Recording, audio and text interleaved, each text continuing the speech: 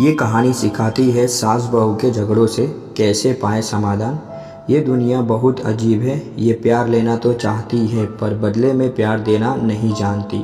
और फिर जब रिश्तों में खटास पैदा होती है तो शुरू कर देते हैं एक दूसरे पर आरोप लगाना। ये खटास जब सास बहू के रिश्ते में हो तो इनके बीच की नोक-झोंक का रिश्ता बहुत पुराना है। सास बहू जब प्यार से रहे तो किसी माँ बेटी से कम नहीं, लेकिन क्या हो जब इनके बीच आपसी तकरार हो तो ध्यान में आता है झगड़े और कलेश। ये झगड़े या तो पति को पत्नी से अलग कर देते हैं या फिर माँ को अपने बेटे से, क्योंकि पत्नी को सास पसंद नहीं आती और वो उससे अलग होना चाहती है। तो फंसता तो दोनों तरफ से बेचारा पति ही है। सास बहू के झगड़े की कुछ नोक-झोंक इस कहानी में भी घटित हुई है, लेकिन साथ ही में इसका एक शानदार हल भी दिया गया है। उम्मीद है कि ये कहानी आपको पसंद आएगी। हाल ही में नैना का विवाह हुआ था और उसने अपने पति और ससुराल वालों के साथ एक जॉइंट फैमिली में रहना शुरू कर दिया था। कुछ दिनों के बाद उसे पता चला कि वह अपनी सास के साथ नहीं रह सकती। नैना की सास रूढ़िवादी थी, जबकि नैना आधुनिक जीवन शैली जीने वाली लड़की थी। जल्द ही उनके बीच झगड़ने होने लगे। कई महीनों के बीत जाने के बाद भी दोनों में से कोई भी अपना व्यवहार बदल नहीं पाया। समय के साथ साथ नैना और ज़्यादा आक्रामक हो गई और उसे अपनी सास से नफरत होना शुरू हो गया।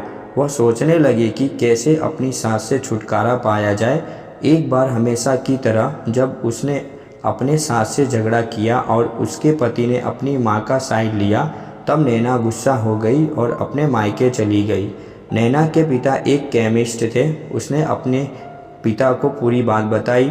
उसने अपने पिता से कहा कि उसे कुछ जहर दे ताकि वह अपनी सास के खाने में मिलाकर उससे छुटकारा पा सके, नहीं तो वह अपने पति के घर वापस नहीं जाएगी। नैना के पिता को यह सब जानकर काफ़ी दुख हुआ और उन्होंने अपनी बेटी से कहा, अगर तुम अपनी सास को जहर देती हो तो तुम और मैं दोनों जेल जाएंगे। ऐसा करना ठीक नहीं है। लेकिन नैना सुनने और समझने की हालत में नहीं थी। आखिरकार उसके पिता ने कहा, ठीक है, जैसा तुम चाहती हो वैसा ही होगा, लेकिन मैं तुम्हें जेल में नहीं देखना चाहता।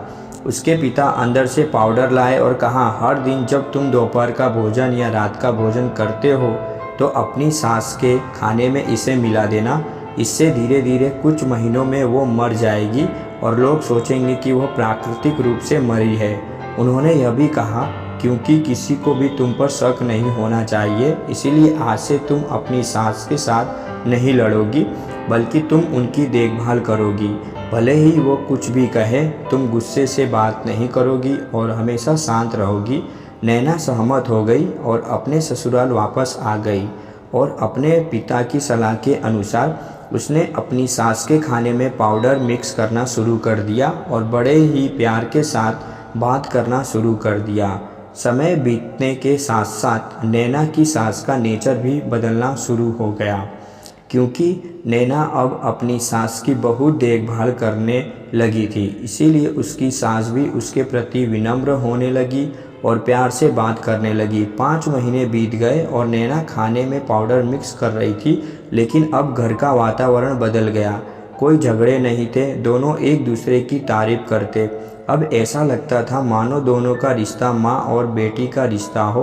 अब नैना को चिंता होने लगी कि पाउडर की वजह से उसकी सास जल्द ही मर सकती है। वह अपने पिता के घर पर गई और उनसे कहा, पिताजी, कृपया मुझे उस जहरीले पाउडर के प्रभाव को ठीक करने के लिए इलाज बताएं। मैं अपनी सास को खोना नहीं चाहती। वह मेरी माँ की तरह है और मैं उससे अब बहुत प्यार करती हूँ।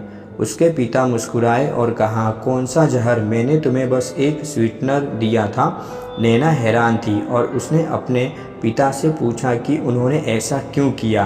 पिता ने कहा, बेटा, अगर तुम किसी दूसरे इंसान से प्यार चाहते हो तो तुम्हें भी उसे प्यार देना होगा।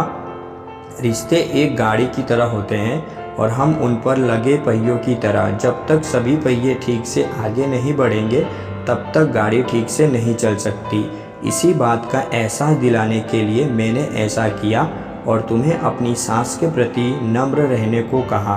तुम्हारी अच्छाई देखकर उन्होंने भी अपने आप को बदला और तुम्हें समझना शुरू किया। तुम दोनों ने एक दूसरे के लिए अपने आप को बदला। यही कारण है कि तुम अपनी सांस के लिए आज मेरे पास भागते हुए आई हो। हर इंसान अपनी परिस्थितियों का शिकार होता है।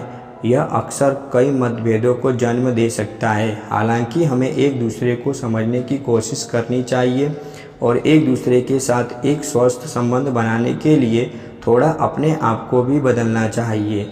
और जब इस तरह के मतभेद रिश्तों के बीच उठते हैं तो उनके प्रियजनों का कर्तव्य है कि वे उन्हें शांत रखें और सही रास्ते की ओर मार्गदर्शन करें। दोस्तों, आशा करता हूँ कि यह छोटी सी कहानी आप लोगों को पसंद आई होगी और अपनी राय देने के लिए कमेंट बॉक्स में एक अच्छा सा कमेंट ज़रूर करें। और अभी तक हमारे चैनल को सब्सक्राइब नहीं किया हो तो हमारे चैनल को सब्सक्राइब ज़रूर करें, ताकि हमारे आने वाली सभी वीडियो का नोटिफिकेशन आप लोगों तक पहुंचती रहे।